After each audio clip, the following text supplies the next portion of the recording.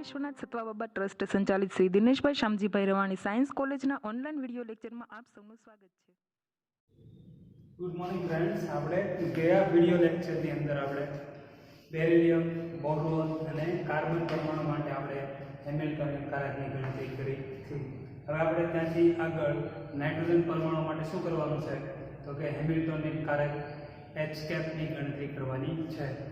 Nitrogen પરમાણુ માટે nitrogen પરમાણુ, હવે નાઇટ્રોજન પરમાણુ છે એનો પરમાણુ ક્રમાંક કેટલો તો કે 7, એટલે કે એમાં ઇલેક્ટ્રોન કેટલા આવેલા છે તો કે 7 ઇલેક્ટ્રોન આવેલા છે અને એક કેન્દ્ર આવેલું હશે, એટલે કે Z કેટલા તો કે 7 ઇલેક્ટ્રોન. કેન્દ્રની સંખ્યા કેટલી તો કે 1, કારણ કે એક જ નાઇટ્રોજન પરમાણુ છે. હવે નાઇટ્રોજન પરમાણુની રચના જોઈ લે. કેન્દ્ર કેટલું તો કે એક કેન્દ્ર, આ કેન્દ્ર ઇલેક્ટ્રોન કેટલા તો કે 7, E1, E2, E3, E4, E5, E6 ને E7. આ 7 ઇલેક્ટ્રોન આવેલા છે નાઇટ્રોજન પરમાણુની અંદર.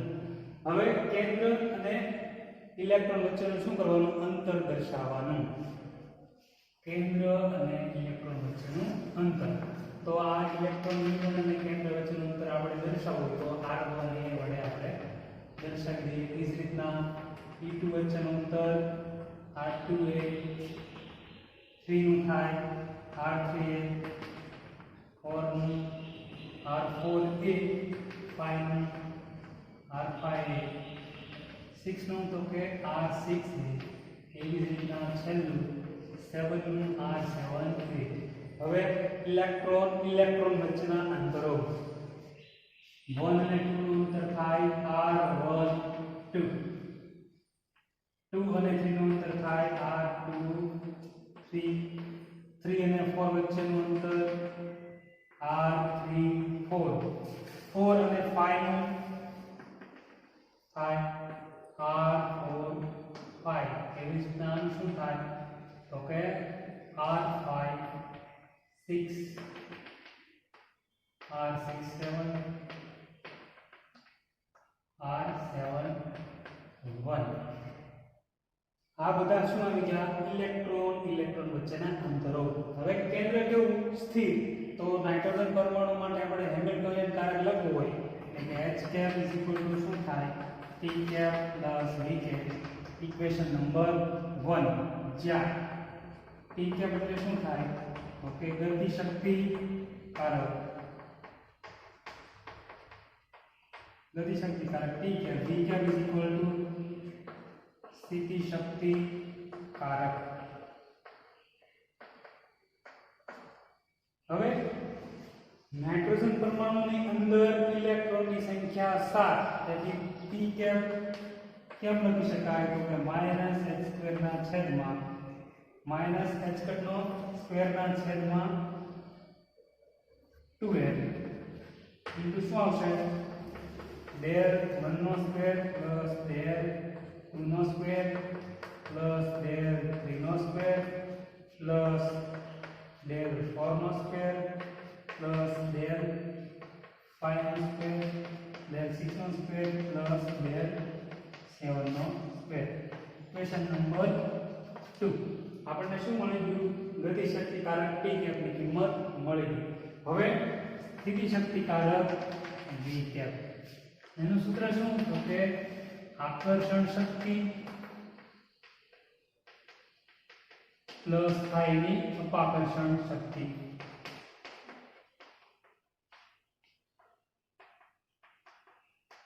તો કે આકર્ષણ શક્તિ એટલે શું તો કે ઇલેક્ટ્રોન અને કેન્દ્ર વચ્ચેનું શું જોવા મળે? આકર્ષણ. અપાકર્ષણ એટલે કે ઇલેક્ટ્રોન વચ્ચેનું અપાકર્ષણ. તેથી V આકર્ષણ શક્તિ શું થાય? -z² ના છેદમાં એનું અંતર, એટલે કે ફર્સ્ટ -z² ના છેદમાં R1 એ -z² ના છેદમાં R2 એ -z² ના છેદમાં R3A Z ઇનવર્સ સ્ક્વેરના છેદમાં R4A માઇનસ Z ઇનવર્સ સ્ક્વેરના છેદમાં R5 માઇનસ Z ઇનવર્સ સ્ક્વેરના છેદમાં R6A છેલ્લે લાસ્ટ Z ઇનવર્સ સ્ક્વેરના છેદમાં R7A. હવે પ્લસ અપાકર્ષણ શક્તિ કોની વચ્ચે જોવા મળે તો કે ઇલેક્ટ્રોન વચ્ચે શું જોવા મળે અપાકર્ષણ જોવા મળે એટલે ઈ શું થાય e સ્ક્વેરના છેદમાં R12 પ્લસ e સ્ક્વેરના છેદમાં R23 પ્લસ e સ્ક્વેરના છેદમાં R34 પ્લસ e સ્ક્વેરના છેદમાં R45 પ્લસ e સ્ક્વેરના છેદમાં R6 સોરી પ્લસ e સ્ક્વેરના છેદમાં R67 પ્લસ e સ્ક્વેરના છેદમાં R71.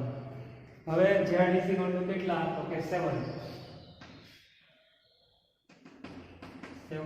હોવાથી જ્યાં તમને z દેખાય ત્યાં શું મૂકી દેવાના તો કે 7 એટલે કે સ્થિતિશક્તિકારક v cap is equal to -7 inverse સ્ક્વેરના છેદમાં R1A -7 ઇનવર્સ સ્ક્વેરના છેદમાં R2A પછી -7 ઇનવર્સ સ્ક્વેરના છેદમાં R3A -7 ઇનવર્સ સ્ક્વેરના છેદમાં R3A એવી જ રીતના 4 5 અને 6 7 માટે પણ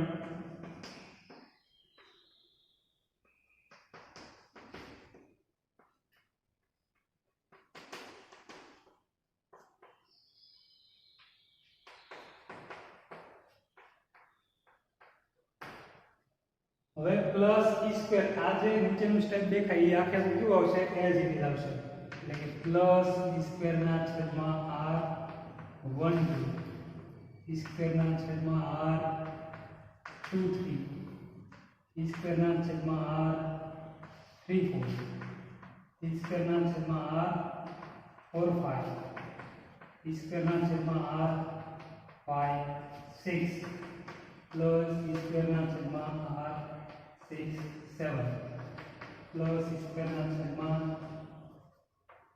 r7 1. હવે ઉપરના જે સ્ટેપ છે એમાં શું કોમન નીકળશે તો કે -7 નો સ્ક્વેર કોમન એટલે કે સીધી શક્તિકારક v કેપ = -7 નો સ્ક્વેર કોમન.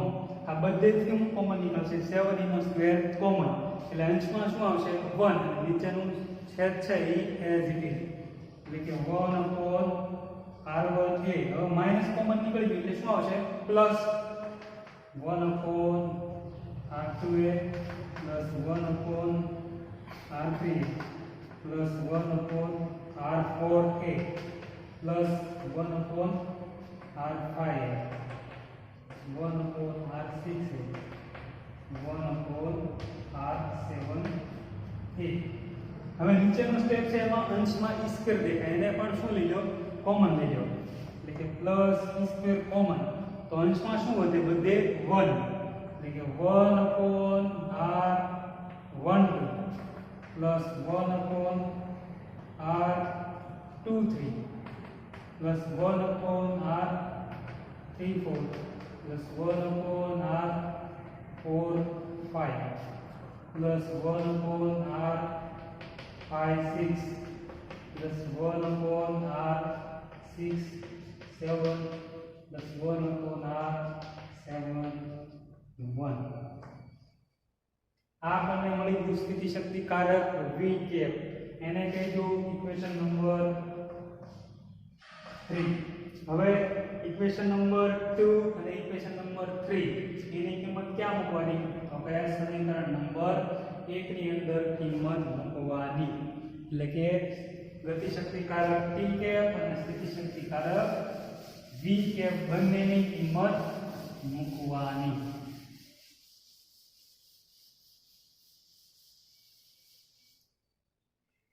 સમીકરણ નંબર 1 શું તો કે h cap t cap v cap.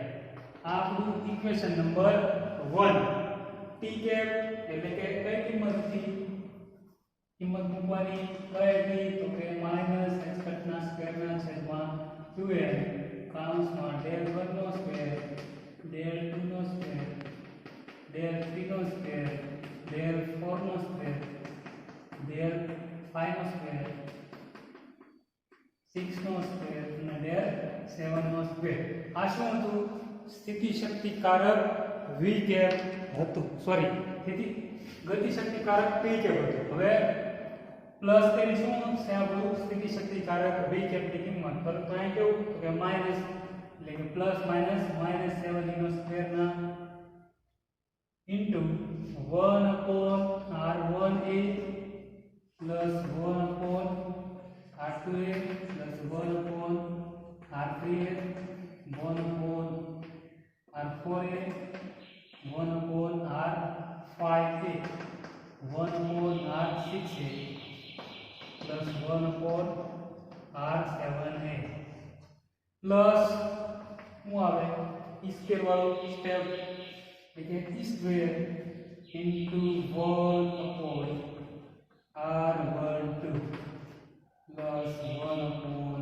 r23 plus 1 upon r34 plus 1 upon r45 plus 1 upon r56 plus 1 upon r67 plus 1 upon r7 1 equation number 4 હવે equation number 4 છે અને આપણે શું કરીએ સામાન્ય સ્વરૂપમાં લખી નાખીએ એટલે કે સમેશન ના સ્વરૂપમાં એટલે કે x કેપ માઈનસ x કટના સ્ક્વેરના છેદમાં 2n as it is હવે અહીંયા છે del 1 નો સ્ક્વેર ટુ del 7 નો સ્ક્વેર છે 7 સ્ટેપ છે એટલે કે સમેશન I = 1 to 7 del 1 નો સ્ક્વેર એને આપણે સામાન્ય રીતે લખવું એટલે કે del I નો સ્ક્વેર માઈનસ 7 e નો સ્ક્વેર સમેશન કેટલા સ્ટેપ તો કે 7 એટલે કે I = 1 to 7 1 upon r1 a 1 upon r2 a 1 upon r3 a ને સામાન્ય રીતે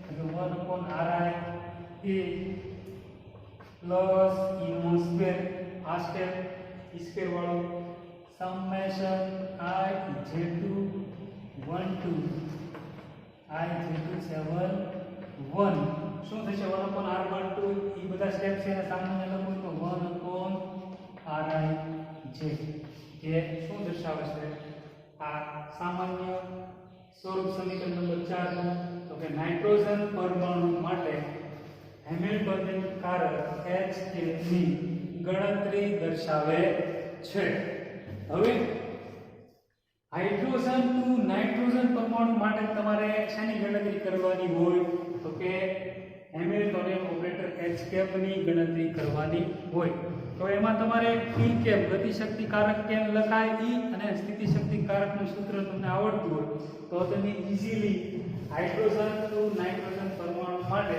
હેમિલ્ટોનિયન ઓપરેટર એટલે કે હેમિલ્ટોનિયન કારકની ગણતરી તમે સહેલાઈથી કરી શકો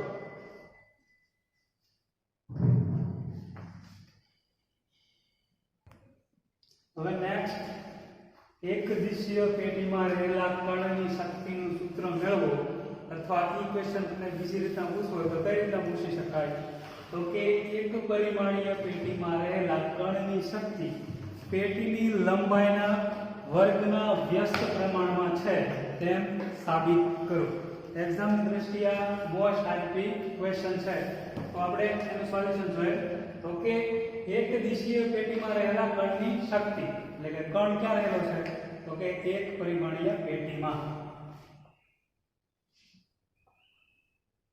હવે ધારો કે પેટીની લંબાઈ કેટલી x = 0 to x = a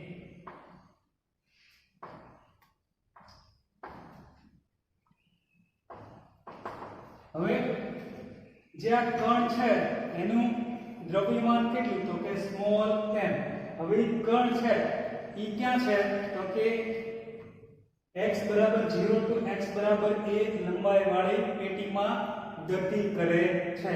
હવે કણ છે એ x દિશામાં આગળ વધે છે. ક્યાં આગળ વધે? x દિશામાં આગળ વધે. ક્યાંથી ક્યાં? તો કે x બરાબર 0 to x બરાબર a દિશામાં, એટલે કે x દિશામાં આગળ વધે છે. હવે આ કણ છે એ સતત ફરતો હોવાથી પેટીની અંદર તેની સ્થિતિ શક્તિ v નું મૂલ્ય કેવું થાય? તો કે 0 થાય. એટલે કે કણ ક્યાં રહેલો છે? તો કે પેટીની અંદર. હવે પેટીની બહાર આ કણની સ્થિતિ શક્તિનું મૂલ્ય શું થાય? તો કે v ઇન્ફિનિટિવ. એટલે કે કણની સ્થિતિ શક્તિનું મૂલ્ય કેવું થાય? ઘણું ઊંચું થાય. એટલે કે આ જે કણ છે એને પેટીની બહાર શોધવો કેવો પડે? તો કે મુશ્કેલ બને. એટલે કે પેટીની બહાર આ કણને શોધી શકાય નહીં. તેથી પેટીની અંદર રહેલા કણ માટે શ્રોડિંજર સમીકરણ નીચે મુજબ લખી શકાય. એટલે કે શ્રોડિંજર સમીકરણ કોની માટે? પેટીની અંદર રહેલા કણ માટે. del સ્ક્વેર psi ના છેદમાં del x નો square plus 8 pi square m ના છેદમાં h square into e into psi is equal to 0. સમીકરણ નંબર 1. હવે અહીંયા e માઈનસ v આવે. શું આવે? e માઈનસ v આવે, પરંતુ v કેવો છે? 0 છે. એટલે કે જ્યાં v is equal to કેવો? 0. હવે કણની શક્તિ e છે એ ઇલેક્ટ્રોનના યામ પર આધારિત નથી. ઇલેક્ટ્રોનના યામ ક્યાં થાય? તો કે x y z એ ઇલેક્ટ્રોનના યામ છે, તેના ઉપર કણની શક્તિ e આધારિત નથી. તથા આ શક્તિ e છે એ કેવી રાશિ છે? તો કે અવલોકનીય રાશિ છે. એટલે કે e ને કેવું કરી શકાય? માપી શકાય. આથી e ને શક્તિના સરેરાશ મૂલ્ય તરીકે ગણવામાં આવે છે. કોના દ્વારા ગણવામાં આવે? તો કે શક્તિના સરેરાશ મૂલ્ય દ્વારા ગણવામાં આવે. તેથી આપણે શું લખી શકીએ? તેથી 8 pi સ્ક્વેર m ના છેદમાં h નો square into e is equal to આપણે આલ્ફા સ્ક્વેર ધારી લઈએ. તો આ આલ્ફા સ્ક્વેરની કિંમત ક્યાં મૂકી દઈએ? તો કે સમીકરણ નંબર 1 માં મૂકી દઈએ. એટલે કે આ પદ તમને દેખાય છે 8 pi સ્ક્વેર m ના છેદમાં h સ્ક્વેર ઇન્ટુ e એના બરાબર આપણે શું ધારણા કરી? તો કે આલ્ફા સ્ક્વેર ધારી લીધો. તો આલ્ફા સ્ક્વેર ક્યાં મૂકી શકાય? તો જ્યાં મૂકી દો. એટલે શું બને? del સ્ક્વેર psi એના છેદમાં del x નો સ્ક્વેર પ્લસ શું બને? Alpha square psi is equal to 0. Equation number 2. જ્યાં આલ્ફા સ્ક્વેર શું છે? જ્યાં આલ્ફા સ્ક્વેર અચળાંક છે. શું છે? આલ્ફા સ્ક્વેર અચળાંક છે. તેનું મૂલ્ય h પર આધારિત નથી. તથા psi નું મૂલ્ય sin અને cos પર આધારિત હોય તો આપણને એક નવું સમીકરણ મળે. psi નું મૂલ્ય કોના પર આધારિત હોય? sin અને cos પર આધારિત હોય તો આપણને એક નવું સમીકરણ કેવું મળે? psi is equal to શું મળે? psi is equal to a sin alpha x plus b cos alpha x. સમીકરણ નંબર 3. કોના ઉપરથી મળે? કે sin નું મૂલ્ય psi નું મૂલ્ય છે કોના પર આધારિત છે?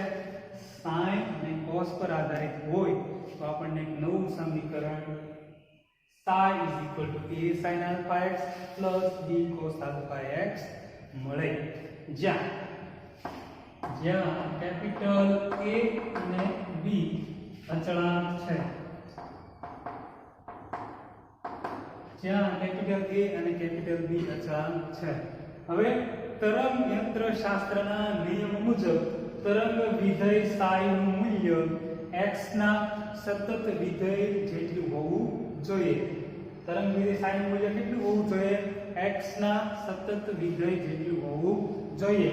એટલે કે આ કણ છે એ ક્યાં રહેલો છે? પેટીની અંદર રહેલો છે, નહીં કે પેટીની બહાર. તેથી x બરાબર 0 હોય કે x બરાબર 1 હોય ત્યારે psi = 0 થાય. psi = 0 થાય. x બરાબર 0 કે x બરાબર a હોય ત્યારે psi બરાબર શું થાય? તો કે 0 થાય. આ બે કન્ડિશનનો આપણે અહીંયા આગળ ઉપયોગ કરવાનો છે. તો કે નંબર 1, x બરાબર 0 હોય ત્યારે psi બરાબર શું થાય છે? 0 થાય. આ બંને કિંમત ક્યાં મૂકવાની? તો કે સમીકરણ નંબર 3 માં આ બંને કિંમત આપણે મૂકીએ. એટલે કે આ કિંમતો સમીકરણ નંબર 3 માં મૂકતા. તો આ મૂકવામાં psi શું? તો કે 0. તો કે 0 a sin alpha x. x બરાબર શું મૂકવાનું? 0. એટલે કે a sin alpha * 0 plus b cos alpha * 0. હવે 0 ની સાથે કોઈ પણનો ગુણાકાર હોય એ કેવું થઈ જાય? 0. એટલે કે sin 0. sin 0 ની કિંમત કેવી? તો કે 0. એટલે કે 0 = a * 0 plus b cos 0. cos 0 એટલે કે 1. એટલે કે b = શું મળે? 0. b = શું મળે? 0. આ એક કન્ડિશન આપણે લીધી. કન્ડિશન નંબર 2 કઈ? x બરાબર a હોય ત્યારે psi બરાબર શું થાય? 0. નંબર 2 નો ઉપયોગ કરીએ જ્યારે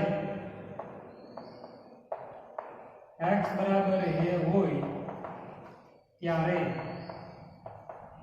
psi બરાબર શું થાય? 0 થાય. આ પણ બંને કિંમતો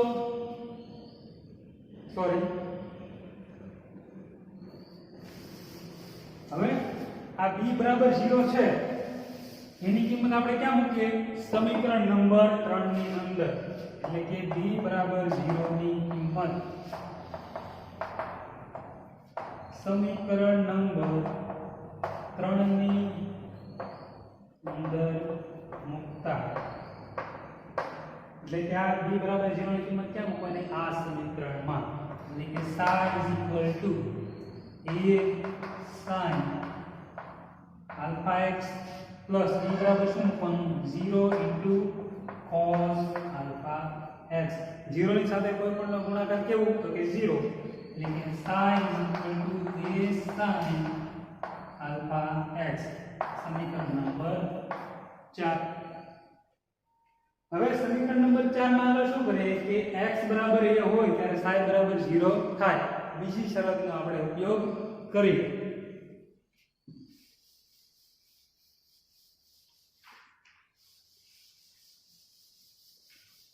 નંબર 2 શરત. ઓકે,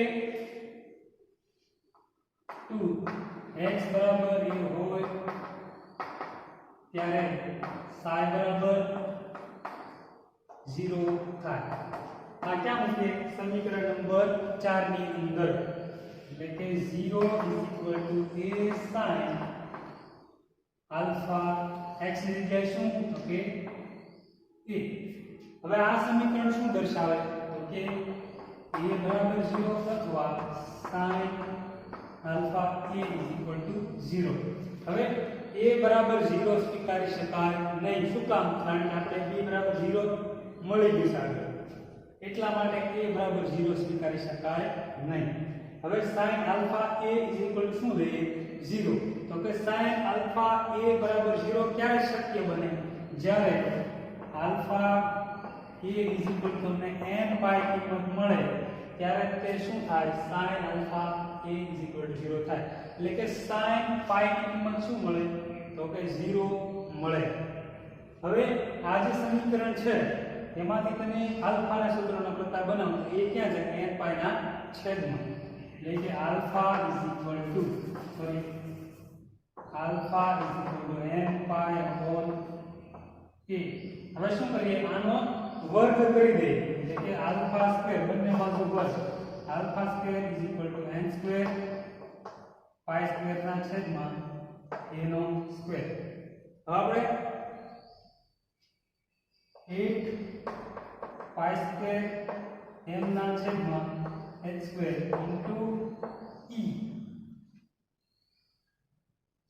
e બરાબર આલ્ફા સ્ક્વેર થયો. તો હું ધારું છું આલ્ફા સ્ક્વેર. તો આપણને આલ્ફા સ્ક્વેર ની કિંમત કેવી મળી, n સ્ક્વેર પાઈ સ્ક્વેર ના છેદમાં a સ્ક્વેર. તો આ જે કિંમત મળી એ અહીંયા મૂકી શકીએ, સોરી આલ્ફા સ્ક્વેર ની જગ્યાએ મૂકી શકીએ. તેથી 8 પાઈ સ્ક્વેર m ના છેદમાં h square is equal two n square pi square ના છેદમાં a સ્ક્વેર ઇન્ટુ અહીંયા e ઓલરેડી હતો છે. હવે બંને બાજુથી કેન્સલ શું થશે, તો કે પાઈ સ્ક્વેર કેન્સલ. હવે e ને સૂત્રનો કરતા બનાવવાનો છે. કોને, e ને આપણે સૂત્રનો કરતા બનાવીએ એટલે શું થાય, તો h સ્ક્વેર ક્યાં બને છે, બરાબરની ઓલી સાઈડ, એટલે કે ex is equal two n square h square એના છેદમાં 8 નો સ્ક્વેર, 8 નો સ્ક્વેર. એટલે કે ex ઇક્વલ ટુ તમને શું મળે, n સ્ક્વેર h સ્ક્વેર ના છેદમાં 8 નો સ્ક્વેર. x શું કામ, કારણ કે આપણે શું મેળવવાનું છે, એક પરિમાણીય પેટી માટે, એટલે શું લીધું અહીંયા ex. જો ત્રિપરિમાણીય માટે આવે તો શું આવે, ex ey અને ez આવે. હવે આને કહીએ સમીકરણ નંબર 5.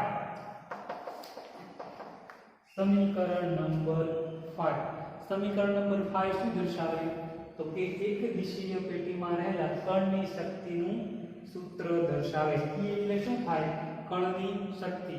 હવે સમીકરણ નંબર 5 માં n h m જો અચળ હોય તો આપણને શું મળે, ex ચલે છે 1/a નો સ્ક્વેર મળે.